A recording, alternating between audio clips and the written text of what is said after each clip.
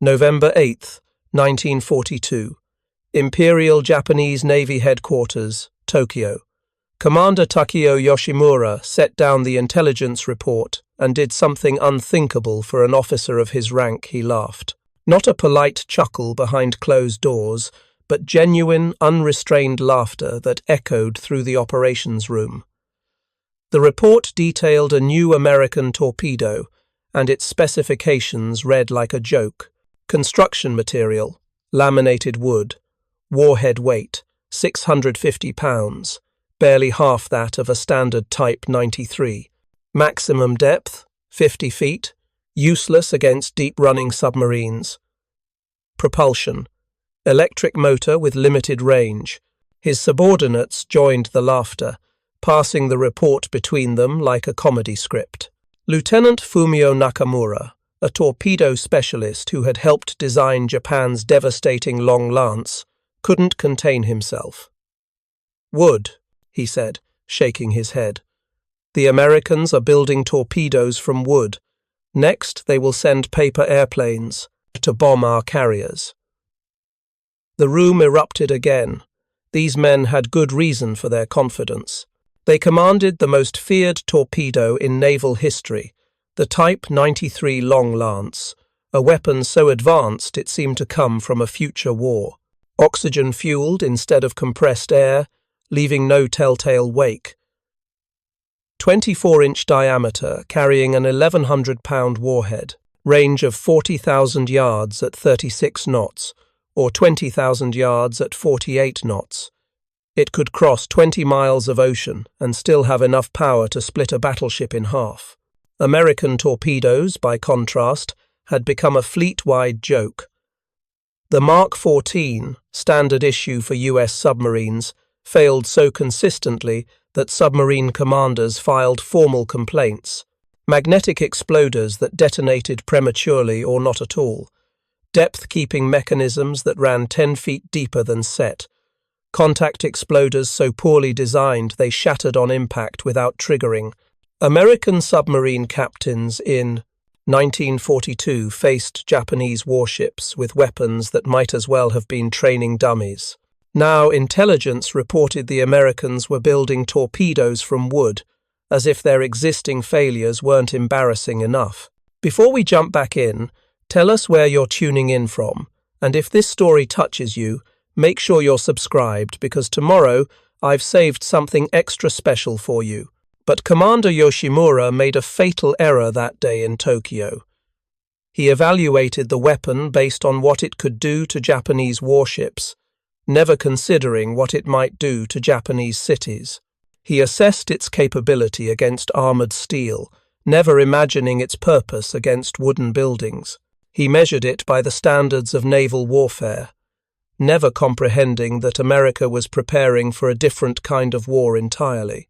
The American Mark 24 mine, designated Fido by Allied forces and GNAT for German Navy acoustic torpedo, represented something the Japanese military mind couldn't grasp: a weapon designed not for glory or tactical supremacy, but for systematic, industrial-scale destruction of an enemy's ability to fight. While Japanese engineers perfected the art of the superweapon, creating magnificent torpedoes that could outrange and outperform anything afloat, American engineers were solving a different problem entirely. Japan's Long Lance embodied samurai philosophy, the perfect blade, wielded by the skilled warrior, decisive in single combat. America's wooden torpedo embodied industrial philosophy, good enough, mass-produced, deployed in overwhelming numbers, designed for total war. The divergence in thinking began long before Pearl Harbor, rooted in how each nation understood the nature of modern warfare. Japanese naval doctrine, inherited from victory over Russia in 1905, emphasized decisive battle. The entire fleet designed for one perfect engagement, where superior spirit and superior weapons would shatter the enemy in a single blow. This thinking produced the Long Lance, the super battleships Yamato and Musashi, and the doctrine of night battle supremacy, where Japanese optics and training would overwhelm any opponent. Every yen spent, every hour of training, every design choice, all pointed toward that one perfect moment when Japanese steel and Japanese spirit would prove superior. American naval thinking, shaped by industrial capacity and geographic isolation, moved in a completely different direction. War wasn't about the perfect weapon, but about the adequate weapon produced in crushing numbers. Not about the decisive battle, but about sustained operations that ground the enemy down through relentless pressure. Not about honor and glory, but about logistics and statistics. The Mark 24 mine began development in March 1942 at the Harvard Underwater Sound Laboratory, a collaboration between academic scientists and naval engineers that would have seemed bizarre to Japanese military culture where warriors, not professors, designed weapons. The project leader, Dr. J.B. Hersey, had never served in combat. His team included physicists, electrical engineers, and acoustic specialists, men who understood sonar and sound propagation but had never fired a shot in anger. Their mission? Create an air-dropped acoustic homing torpedo that could kill submarines.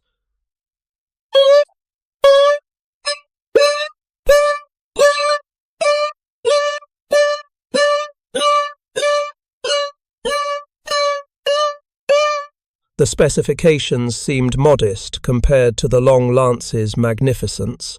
Range of 1,500 yards versus the Long Lance's 40,000. Speed of 12 knots versus 48. Warhead of 92 pounds of Torpex versus 1,100 pounds of explosives. But the Mark 24 had one feature the Long Lance would never possess: it could hunt. Acoustic homing technology, primitive by later standards but revolutionary in 1942, allowed the torpedo to listen for propeller noise and steer toward it. Launch it in the general vicinity of a submarine, and it would find its own target. No precise aim required. No skilled torpedo officer needed. Just drop it from an aircraft and let physics do the work. The Japanese had considered acoustic homing and dismissed it as unnecessarily complicated. A properly trained torpedo crew could achieve better results with conventional weapons. Why waste engineering effort on automation when human skill was superior? This thinking, logical within Japanese military culture, missed the fundamental American advantage automation meant anyone could use it. You didn't need years of training or innate talent. You needed a pilot who could drop a torpedo near a submarine. The American military could produce pilots faster than Japan could produce master torpedo officers. The Mark 24's wooden construction, the feature that caused such laughter in Tokyo, emerged from pure pragmatic necessity. Steel was needed for ships, aircraft, tanks, and thousands of other weapons. Aluminum was even more precious, rationed for aircraft production. But would America had forests beyond imagining, lumber mills in every region, and carpenters who could work wood faster than machinists could work metal. The torpedo's body was laminated plywood, curved and shaped like a boat hull, waterproofed with specialized varnishes developed for the purpose. The nose cone was molded plastic, another material in abundant supply. Only the essential components, the electric motor, the acoustic sensor, the battery, and the warhead required strategic materials. Everything else was wood, glue, and American ingenuity applied to mass production. By June 1943, just 15 months after development began, production lines were turning out Mark 24s at a rate impossible with all-metal construction. The Comet Company in Connecticut produced the wooden bodies. The Electric Boat Company assembled the final weapons.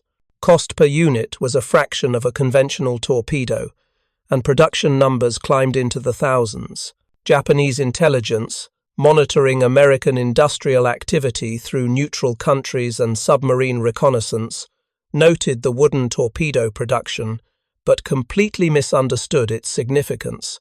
They saw primitive construction and assumed primitive capability. They saw cheap materials and assumed cheap performance.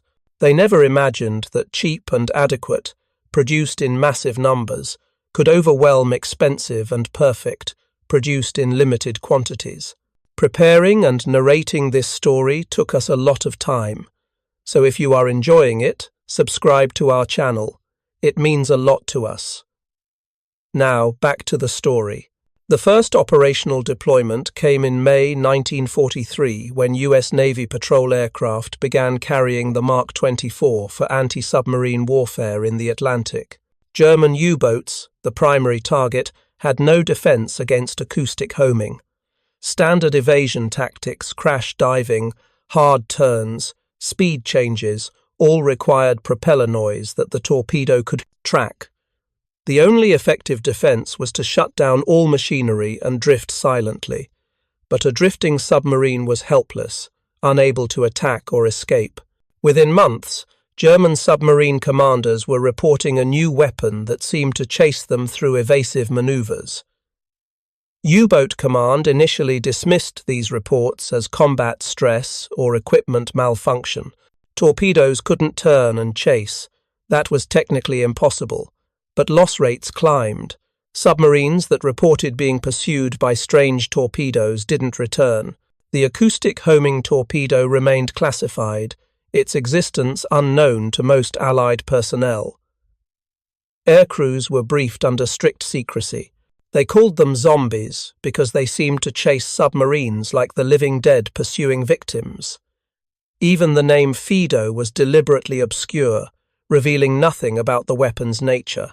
The secrecy served dual purpose, protecting the technology from enemy analysis and preventing the enemy from developing countermeasures. As long as German and Japanese submarine commanders didn't know acoustic homing existed, they couldn't design defenses. By late 1943, the Mark 24 had proven itself in Atlantic operations, over 400 deployed, with a success rate around 40% primitive by later standards, but revolutionary compared to conventional anti-submarine weapons where success rates hovered around 5%. Each submarine sunk represented not just a tactical victory, but the elimination of crew, training, and irreplaceable construction capacity. Germany's U-boat force, the weapon that nearly starved Britain into surrender, was being systematically destroyed by a wooden torpedo that cost less than the patrol aircraft carrying it. But the weapon that Japanese officers had laughed at wasn't intended primarily for submarines. That was just its testing ground, the proving ground where American engineers refined acoustic homing technology and mass production techniques. The real target, the purpose that would justify every dollar spent and every hour of development, was being prepared in secret, known only to the highest levels of American military command. In the Mariana Islands during the summer of 1944, U.S. Navy engineers were modifying B-29 bombers for a mission that had nothing to do with conventional warfare. These aircraft, designed as high-altitude strategic bombers, were being fitted with specialized equipment for low-altitude attacks, not against factories or military bases, but against Japanese cities themselves. The payload they would carry included the Mark 24 torpedo, but not for sinking ships. The acoustic homing technology, refined through anti-submarine warfare, was being adapted for a purpose that would haunt American consciences for generations: firebombing.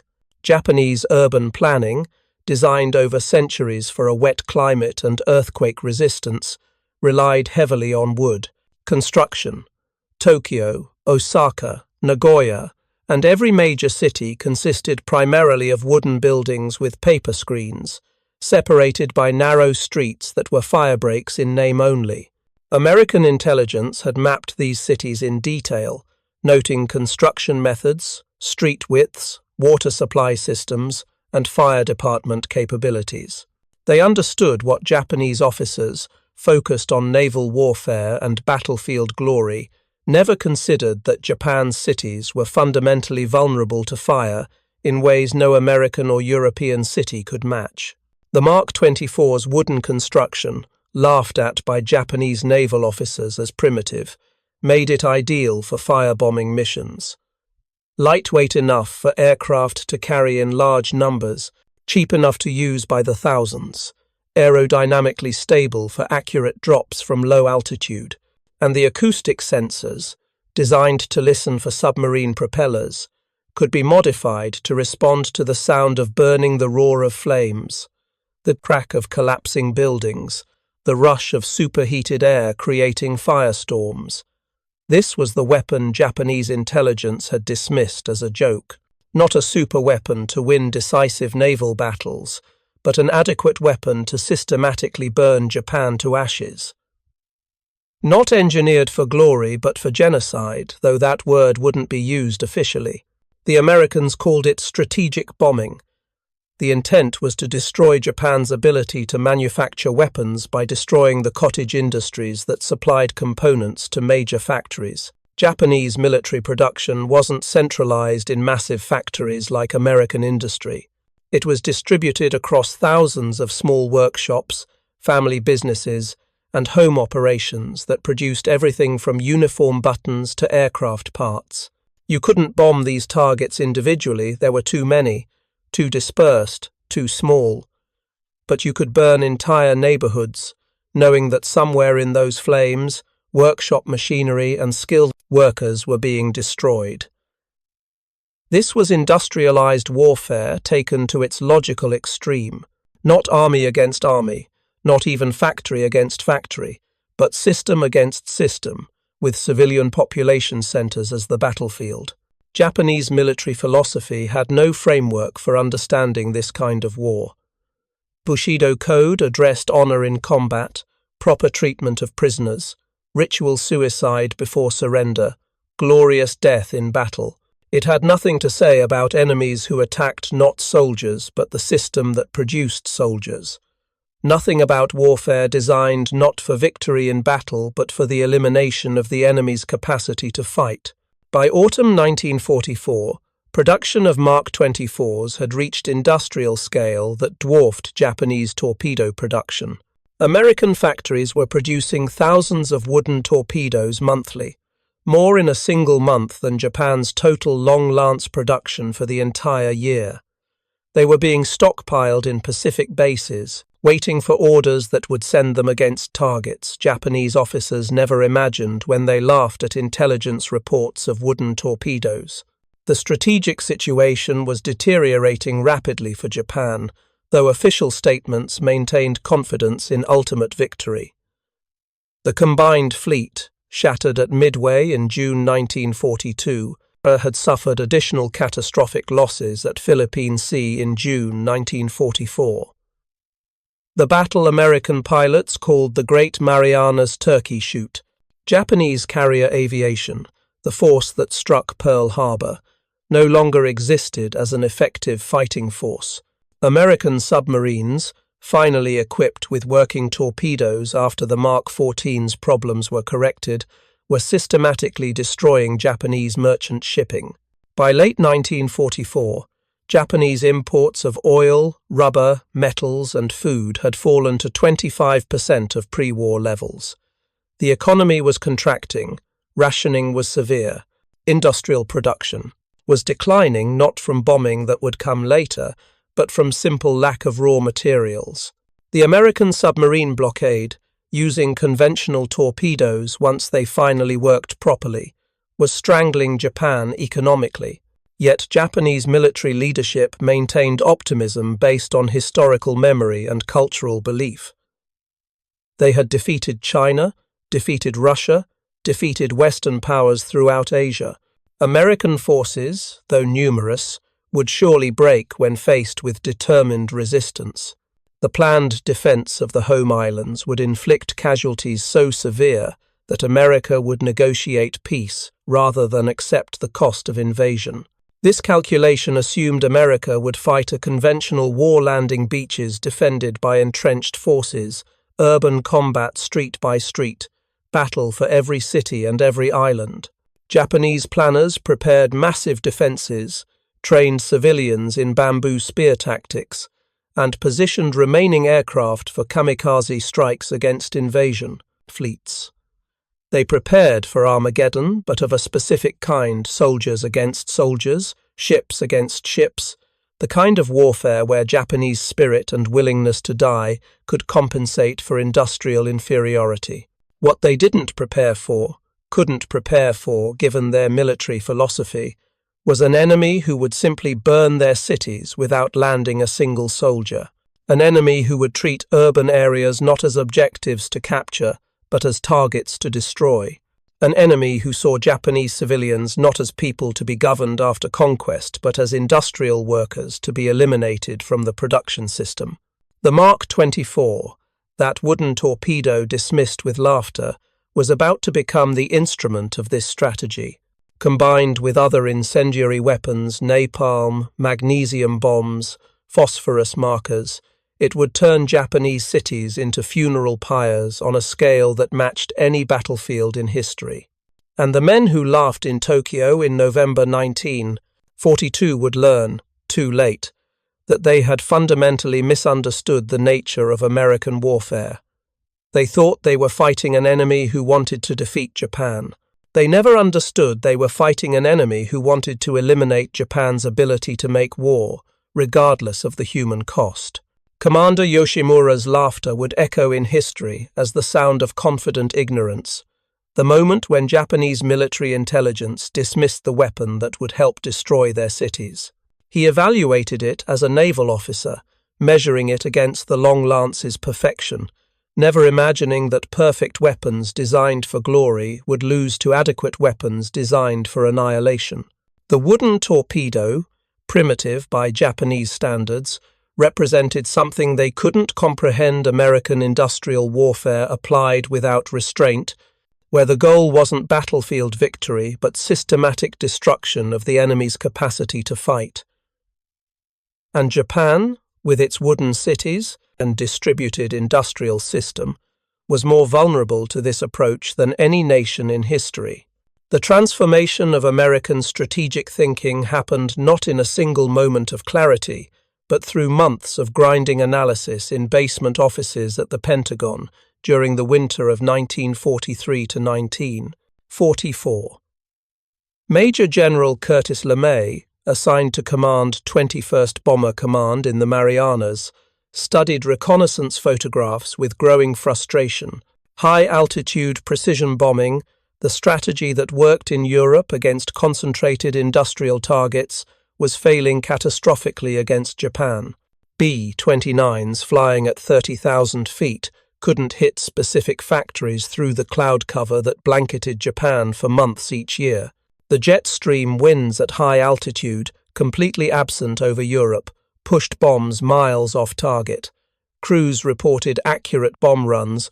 Bombardiers swore they'd hit the aiming point, but reconnaissance showed bombs scattered across empty fields and residential areas, missing the intended factories entirely.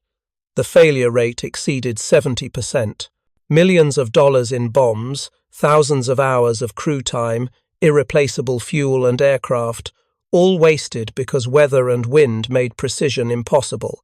LeMay, who had developed precision daylight bombing tactics over Germany, faced a problem that precision couldn't solve.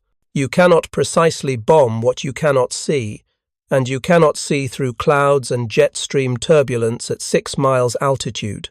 The obvious solution, flying lower where accuracy improved, meant entering range of Japanese anti-aircraft fire and fighters.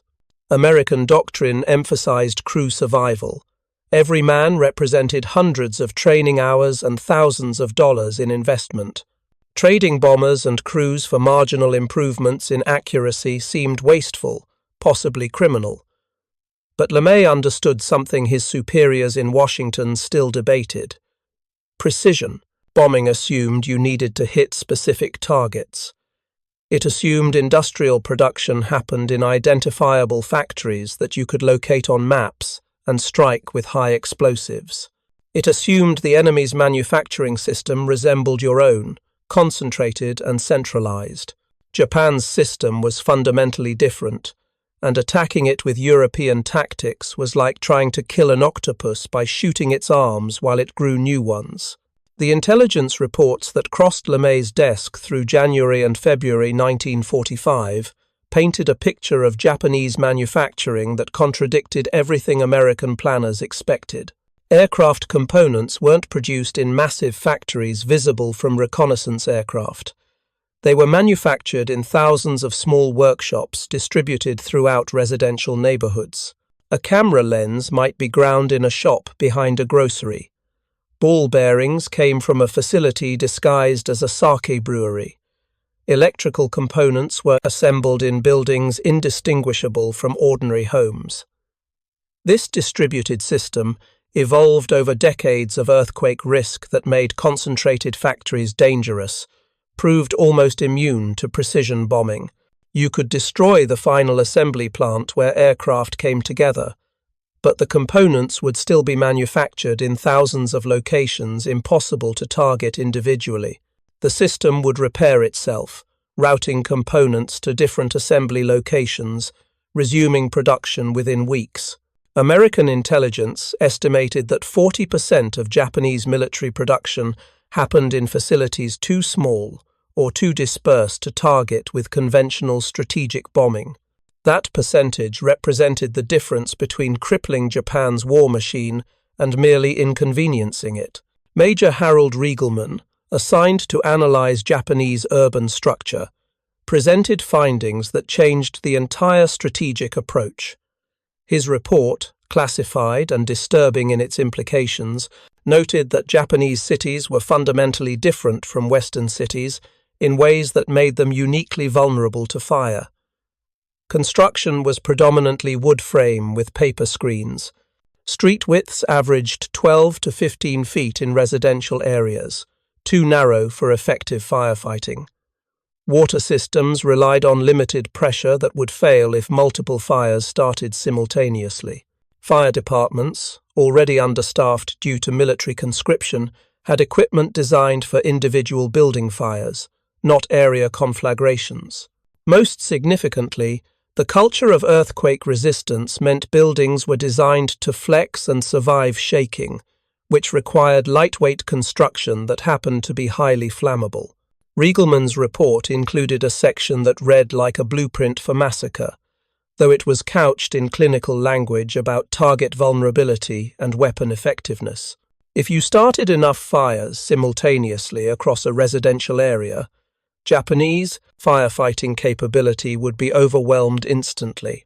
The fires would merge into a conflagration that created its own weather-superheated air, rising so rapidly it pulled in oxygen from surrounding areas, generating winds that spread the fire faster than people could run. This phenomenon, called a firestorm, had been documented in Hamburg, Germany, during Allied bombing in July 1943. The Hamburg firestorm killed 40,000 people in a single night, most from suffocation as the fire consumed all oxygen, or from carbon monoxide poisoning, or from heat so intense it melted glass and metal.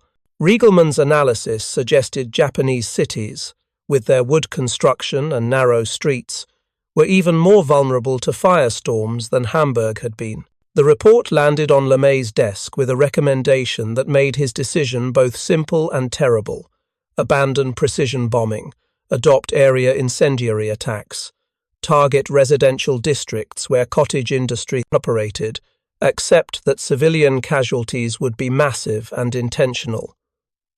This was the decision point where warfare crossed from targeting military capability to targeting population, where the distinction between combatant and civilian dissolved because in Japan's distributed industrial system, civilians were the industrial base. The grandmother assembling fuses in her kitchen wasn't wearing a uniform, but she was producing weapons. The teenager grinding optical glass in a backroom workshop wasn't a soldier, but he enabled military aircraft to fly. In total war, everyone contributing to the war effort became, by American strategic logic, a legitimate target. LeMay studied the recommendation for 3 days, aware he was contemplating something that might be judged as a war crime if America lost, or as necessary strategy if America won. History would be written by victors, but his conscience would remain regardless of victory or defeat. The decision to burn Japanese cities, to deliberately target areas where civilians lived and worked, to accept tens of thousands of deaths as not collateral damage but as the intended effect, this decision would define him more than any other action in his military career. He approved the strategy on February 23, 1945, and immediately began planning the first massive incendiary raid against Tokyo. The date chosen was March 9th to 10th, 1945, targeting the Shitamachi district, downtown Tokyo, where wood construction density reached 95% and cottage industries were most concentrated. The weapon load would be primarily M69 incendiary clusters, each containing 47 smaller bomblets filled with napalm and white phosphorus, but also included, in significant numbers for the first time in Pacific operations, were Mark 24 acoustic torpedoes modified for firebombing. The modification was elegant and horrifying.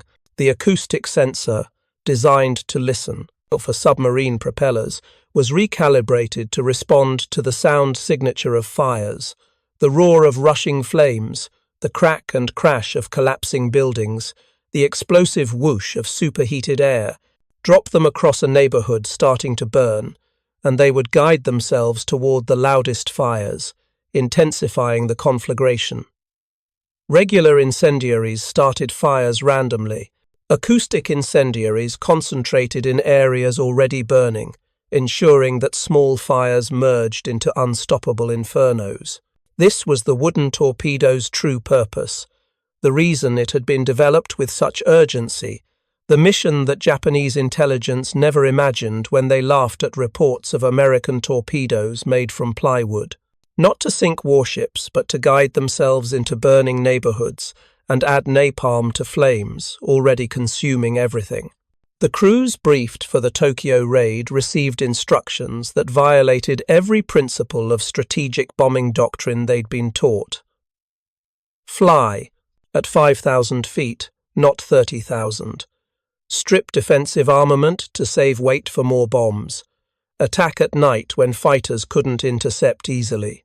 Spread the attack over several hours to overwhelm firefighting response.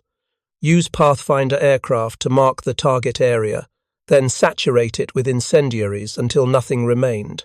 And most disturbingly, accept that you're burning a residential district where hundreds of thousands of civilians live, work, and will die. Some crew members requested transfer rather than participate. Most suppressed their moral concerns behind the logic of total war. Japan had started the war with a surprise attack. Japan had committed atrocities throughout Asia. Japan refused to surrender despite obvious defeat.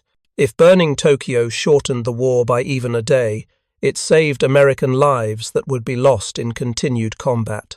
This logic, simultaneously valid and morally bankrupt, allowed good men to do terrible things with clear consciences. The night of March 9, 1945, began like any other night in Tokyo. Residents had grown accustomed to air raid warnings. B-29s crossed over frequently, usually at high altitude, dropping bombs that rarely hit anything important. The civil defense system, based on neighborhood associations and bucket brigades, had handled scattered fires before. People had been trained to fight fires, to protect their homes, to maintain order during raids. No one imagined what was coming. At 0 to 8 hours on March 10th, Pathfinder aircraft marked the target zone with napalm bombs that created a burning X visible for miles. 334 B-29s followed in waves, dropping 750 tons of incendiaries across 16 square miles of densely packed wood frame buildings. The Mark 24 torpedoes, dropped in the initial waves, began their acoustic hunt across the burning neighborhoods. They fell through smoke and heat, their sensors locked onto the roar of flames, guiding toward the loudest fires, landing in areas already burning and adding their napalm payloads to the conflagration. The effect was exactly what Riegelman's analysis had predicted, but worse than anyone imagined in scale and horror. Within 30 minutes, hundreds of individual fires had merged into a firestorm that created winds exceeding 70 miles per hour. The fire generated its own weather system, superheated air rising so rapidly it pulled oxygen from ground level, creating hurricane-force winds that spread flames faster than people could run. Canals boiled, concrete cracked from heat, metal melted, glass liquefied and flowed like water. People who sought shelter in concrete buildings suffocated as the fire consumed all oxygen. Those who fled into parks and open spaces were caught by fire tornadoes, vortexes of flame that moved across the landscape, incinerating everything they touched. The Sumida River, normally a refuge, became a death trap as thousands jumped in to escape the heat, only to boil alive or suffocate from smoke. The police and fire departments, overwhelmed instantly, could do nothing but watch. Fire trucks couldn't move through streets, blocked by fleeing crowds and collapsing buildings. Water mains lost pressure as the infrastructure failed. Firefighters abandoned their equipment and ran for their lives, joining the massive exodus of people fleeing the expanding fire zone. By dawn on March 10th, the firestorm had consumed itself, running out of fuel after burning 16 square miles completely flat. The official death toll, certainly an undercount, was 83,000. Real numbers probably exceeded 100,000. More people died in that single night than in either atomic bombing that would follow in August. Most died not from burns but from suffocation or carbon monoxide poisoning, their bodies found unmarked in shelters and basements where they'd sought refuge. Aerial reconnaissance on March 11th showed what looked like a moonscape, flat, grey, lifeless. No buildings remained standing, no trees, no vegetation, no sign that humans had ever lived there. Just ash and rubble and the occasional concrete foundation marking where a building once stood. B-29 crews, photographing the damage, reported the smell of burning reached them at 5,000 feet, a sickly, sweet odour that made several men vomit. They understood what they'd done, what they'd participated in, and some would carry that knowledge as trauma for the rest of their lives. But the bombing continued. The strategy worked exactly as planned, not in destroying specific factories, but in eliminating the distributed industrial base that kept those factories supplied with components. Production of aircraft engines dropped 40% in March alone. Ball bearing production, crucial for everything from aircraft to vehicles, fell by 60%. The cottage industries that supplied Japanese military manufacturing were gone, burned with the neighborhoods that housed them. Japanese military command, receiving reports of the Tokyo firestorm, struggled to comprehend the scale of destruction. They understood strategic bombing attacks on factories, ports, military facilities. They'd bombed Chinese cities during the war with China. But this was different in scale and intent. This wasn't attacking military targets with civilian casualties as unfortunate side effects. This was deliberately targeting civilians as a method of destroying industrial capacity. The wooden torpedo that Japanese officers had laughed at, dismissed as primitive and ineffective, had guided itself into burning neighborhoods and helped create the deadliest air raid in human history. Its acoustic sensors, tracking the sound of flames, had concentrated incendiary effects exactly where they would create the unstoppable firestorm. The weapon they'd mocked had proven more effective at destroying Japanese military capacity than any superweapon Japan ever built. Admiral Soimu Toyoda, who succeeded Admiral Koga as Commander-in-Chief of the Combined Fleet after Koga's death in March 1944, received intelligence reports about the acoustic incendiaries with growing horror. His staff had analysed captured examples from downed B-29s, finally understanding what the wooden torpedoes actually did. They weren't anti-ship weapons at all.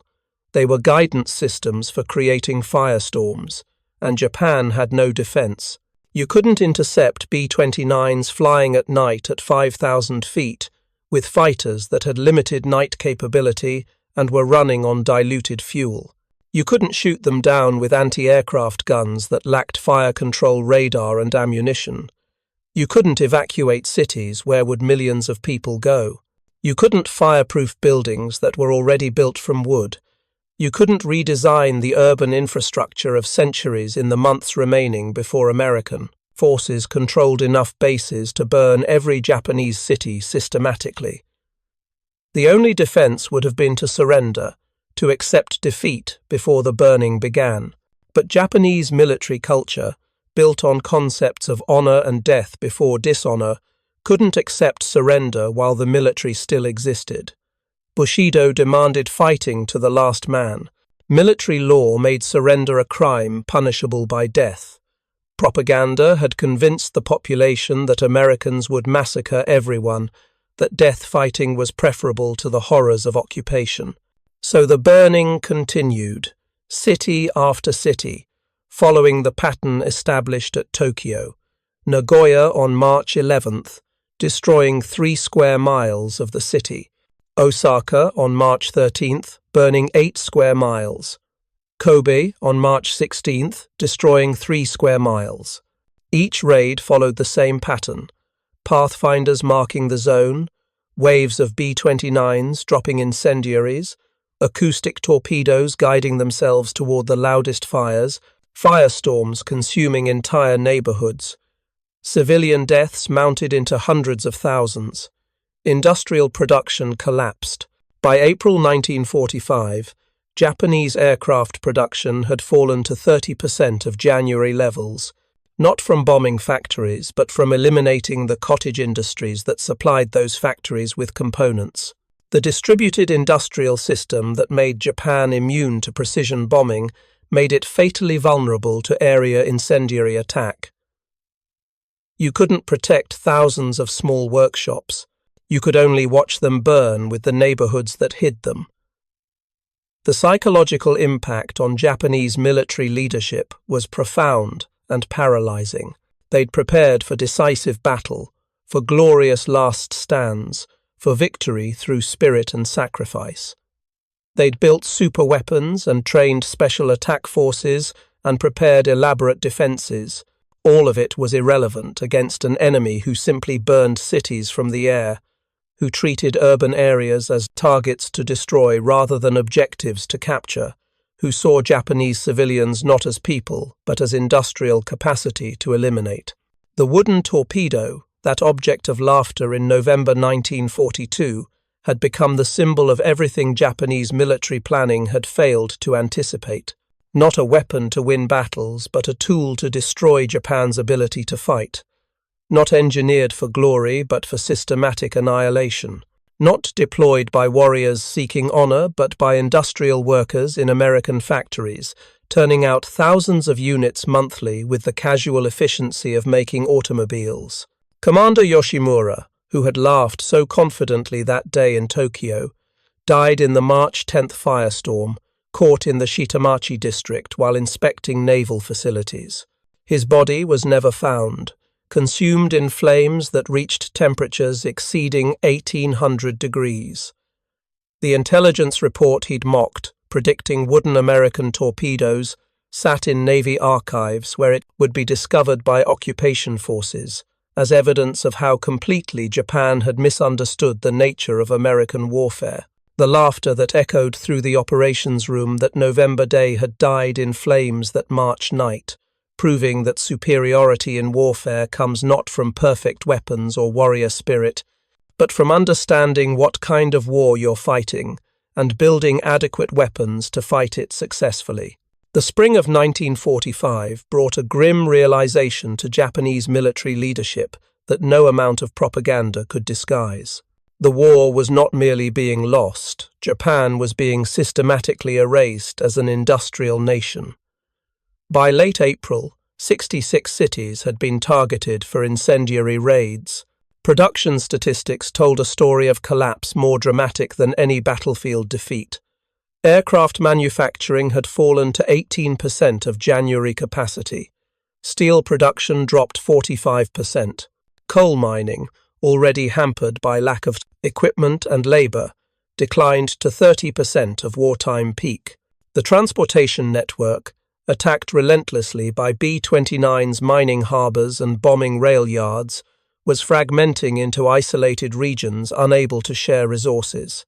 But the most telling statistic, the one that revealed how completely American strategy had succeeded, was civilian caloric intake.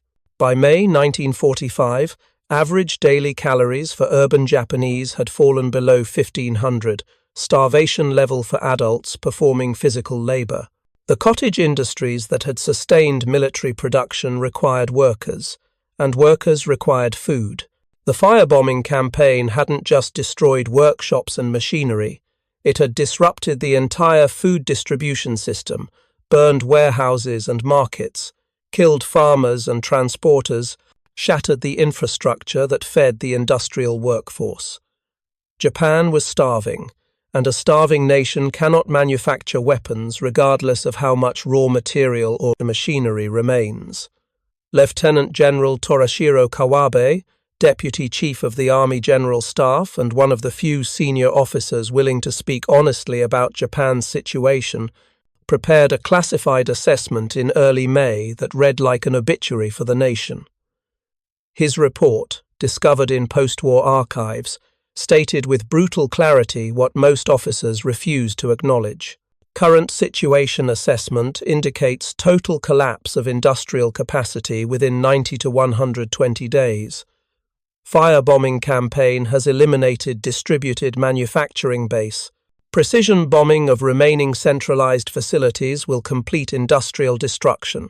Food supplies insufficient to maintain urban populations beyond August. Military stockpiles adequate for defensive operations estimated 3 to 6 months, but replacement production has effectively ceased.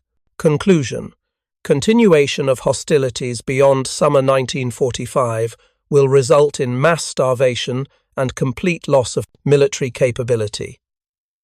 Recommend immediate negotiation for surrender terms that preserve national structure and prevent occupation. Kawabe's report was suppressed by War Minister Korechika Anami and Army Chief of Staff Yoshijiro Umezu, who maintained that Japan must fight until achieving one decisive victory that would force America to negotiate rather than demand unconditional surrender. This belief, that one perfect battle could reverse the strategic situation, revealed how completely Japanese military leadership misunderstood the nature of the war they were losing. America wasn't seeking decisive battle, they were seeking industrial annihilation, and they were succeeding ahead of schedule. The acoustic torpedo program, that wooden weapon dismissed with laughter, had exceeded every performance projection. Production by May 1945 had reached 4,500 units monthly, more than all Japanese torpedo production for the entire year. Cost per unit had fallen to $800, less than 1/10 the cost of a conventional torpedo, while effectiveness in firebombing operations reached 70% success rate in creating sustained fires.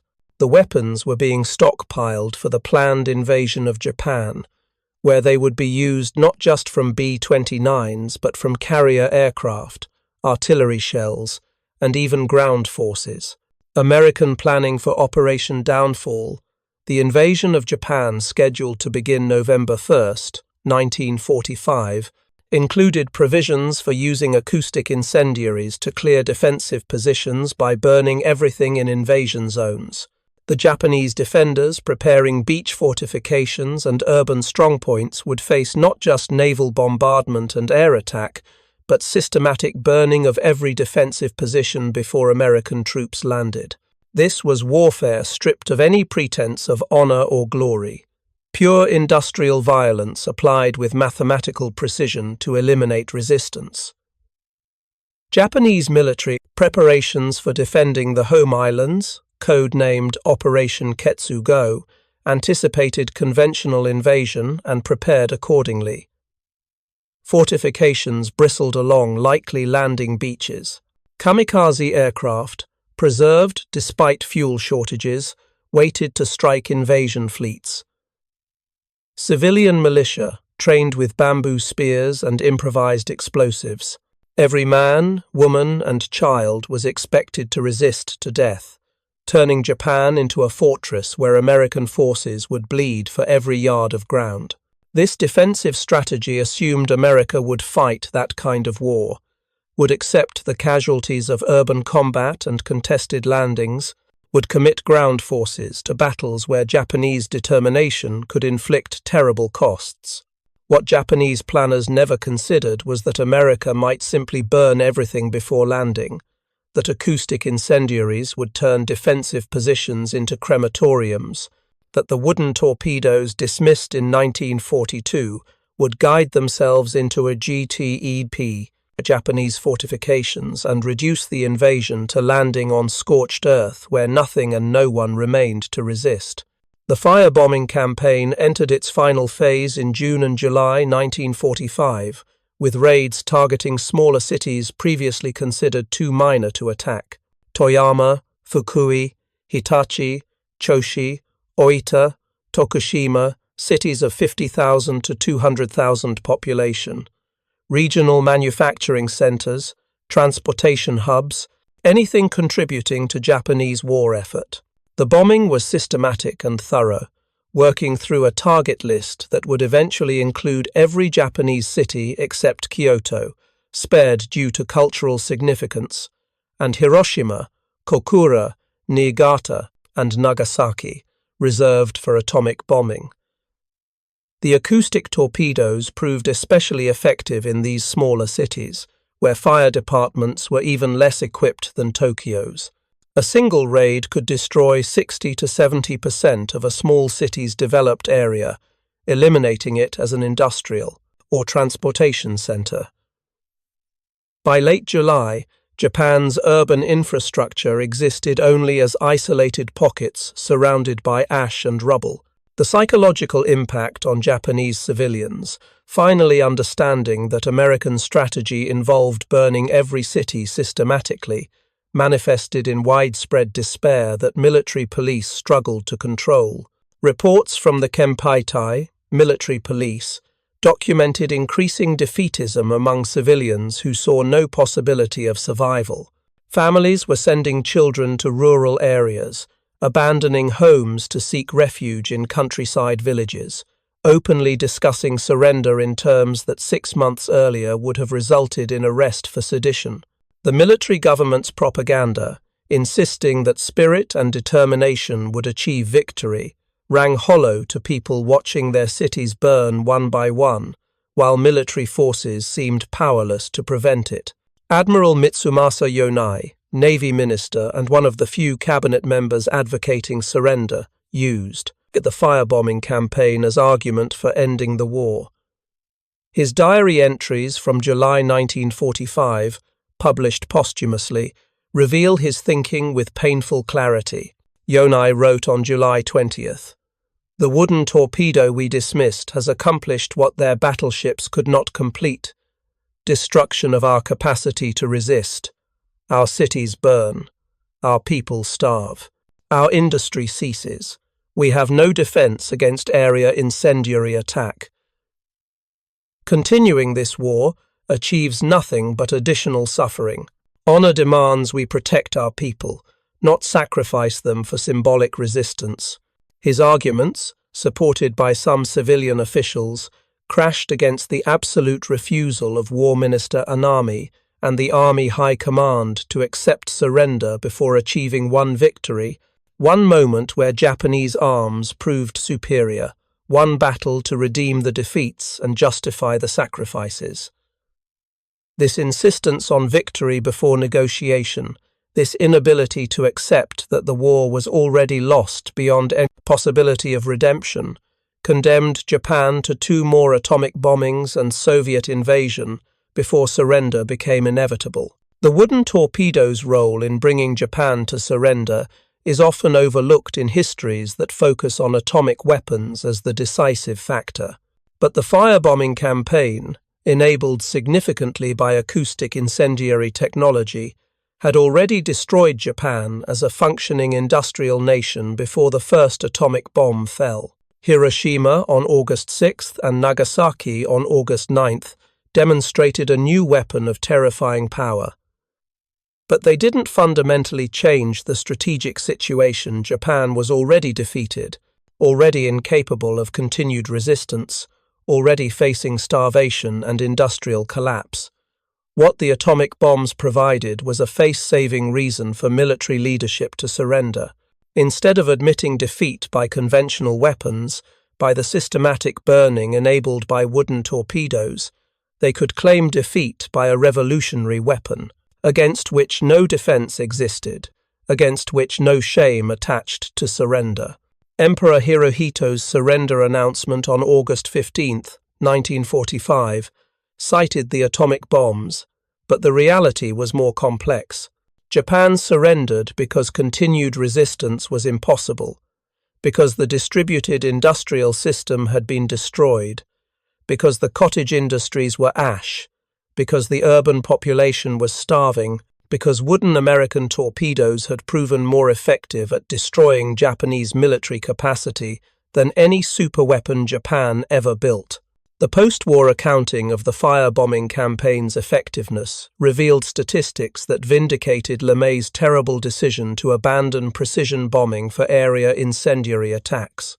Total Japanese casualties from conventional bombing exceeded 500,000 dead, more than triple the atomic bomb casualties. Industrial production had collapsed to 12% of January 1945 levels by August. 66 cities had suffered major damage, with 40 cities more than 50% destroyed. The economic cost exceeded 60 billion yen, roughly equivalent to $170 billion in 2024 currency. But beyond statistics, the firebombing campaign had achieved its primary objective, eliminating Japan's ability to continue fighting regardless of military leadership's willingness to surrender. The cottage industries that sustained military production no longer existed. The workers who operated those industries were dead, displaced, or starving. The urban infrastructure that supported manufacturing had been reduced to ash. Japan in August 1945 was industrially dead, a condition from which recovery would require years of reconstruction and massive American aid that would ironically rebuild what American firebombs had destroyed. The wooden torpedo's contribution to this outcome, while impossible to quantify precisely, was significant and ironic. The weapon that Japanese officers laughed at as primitive and ineffective had helped burn their cities more thoroughly than any conventional incendiary could have. The acoustic guidance system, tracking the sound of flames and concentrating incendiary effects in areas already burning, created firestorms that would have been impossible with random incendiary distribution. The cheap plywood construction that seemed laughable compared to the long lance's perfection enabled mass production on a scale Japan could never match. For every long lance torpedo Japan manufactured in 1945, America produced 50 acoustic incendiaries. Quantity and adequacy had overwhelmed quality and perfection, exactly as American industrial philosophy predicted. Commander Yoshimura's laughter, that moment of confident dismissal in November 1942, became a memorial to the fatal misunderstanding that cost Japan the war. He evaluated the wooden torpedo by standards of naval combat, measuring it against superweapons designed for decisive battle, never imagining that decisive battle was obsolete, that modern warfare was about industrial capacity and systematic destruction, that adequate weapons mass-produced would defeat perfect weapons carefully crafted. The lesson, learned too late by Japanese military leadership, was that warfare had evolved beyond samurai ideals of perfect weapons wielded by superior warriors. Modern total war was industrial, systematic, mathematical, a contest of production capacity and strategic application, where adequate performance deployed in overwhelming numbers defeated superior performance limited by manufacturing constraints. The wooden torpedo embodied this evolution perfectly. Not the best torpedo, but adequate for its purpose. Not expensive or complex, but cheap and simple. Not designed for glory, but engineered for mass production and systematic application. These characteristics, which made it laughable to officers, schooled in traditional military values, made it devastatingly effective in industrial total war. Japanese survivors of the firebombing campaign, interviewed decades later, consistently described their confusion at learning the incendiaries that destroyed their cities included guidance systems. They'd assumed fire was random, that survival was luck, that the flames that consumed Tokyo and Osaka followed no pattern except wind and chance. Learning that some incendiaries actively guided themselves toward the loudest fires, that the firestorms were not natural conflagrations but engineered events, that their destruction was planned with scientific precision, this knowledge added another layer of horror to memories already traumatic. One survivor, Michiko Kiyooka, who lost her family in the Tokyo firestorm at age 14, wrote in her memoir published in 1998, "We thought fire was an enemy we could fight with buckets and determination.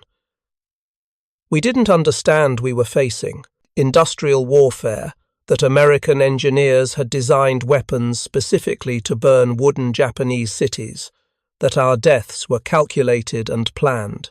Learning about the acoustic torpedoes years later, understanding that flames were guided, not random, made the horror worse somehow. Our families died not from bombs, but from American mathematics applied to killing civilians efficiently. Her bitter assessment captured the moral complexity that would haunt American strategic bombing veterans for the rest of their lives. The firebombing campaign achieved its military objective, destroying Japan's industrial capacity and forcing surrender, but at a cost in civilian lives that challenged any comfortable moral framework. LeMay himself, later serving as Air Force Chief of Staff and advocate for nuclear deterrence, never fully reconciled the conflict between military necessity and the horror of what he'd ordered. The wooden torpedo, dismissed with laughter, had helped win the war through, a strategy that blurred the distinction between military effectiveness and mass killing. It worked exactly as designed, guiding itself toward fires and intensifying conflagrations that killed hundreds of thousands of civilians while destroying the distributed industrial base those civilians operated. Judging it as a weapon requires acknowledging that its purpose was fundamentally different from conventional military weapons. It wasn't designed to destroy military forces, but to eliminate industrial capacity by burning the civilians who operated that capacity. This distinction, uncomfortable and morally challenging, separates traditional warfare from the total industrial war that World War II became. In the end, Japanese officers' laughter at intelligence reports of wooden American torpedoes echoed as the sound of a military culture failing to understand how warfare had evolved. They laughed because they measured the weapon by traditional standards of military excellence, comparing it to the Long Lance's perfection, evaluating it for naval combat, judging it by samurai standards where quality and warrior skill determined victory. They never imagined they were facing an enemy who had moved beyond those standards, who saw warfare as industrial production applied to destruction, who built adequate weapons in crushing numbers rather than perfect weapons in limited quantities. The wooden torpedo was not a great weapon by traditional measures. It was slow, short-ranged, fragile, limited in payload, but it was adequate for its purpose, cheap to produce, simple to use, and effective when deployed in the massive numbers American industry could generate. These characteristics made it more strategically valuable than any superweapon Japan ever built, because strategic value in industrial warfare comes from what you can build and deploy in quantity, not from what you can engineer to perfection in limited numbers. That lesson, learned in flames that consumed 66, Japanese cities, written in the ashes of hundreds of thousands of civilians, proven by wooden torpedoes that cost $800 each and helped destroy an empire, remains relevant to understanding modern warfare. Victory comes not from perfect weapons, but from adequate weapons deployed through superior industrial capacity and strategic understanding. The officers who laughed learned this lesson too late. In fires they couldn't fight, facing weapons they'd dismissed, dying in a war they'd already lost before they realized what kind of war they were fighting. Up next, you've got two more standout stories right on your screen. If this one hit the mark, you won't want to pass these up. Just click and check them out. And don't forget to subscribe and turn on the notification bell so you don't miss any upload from us.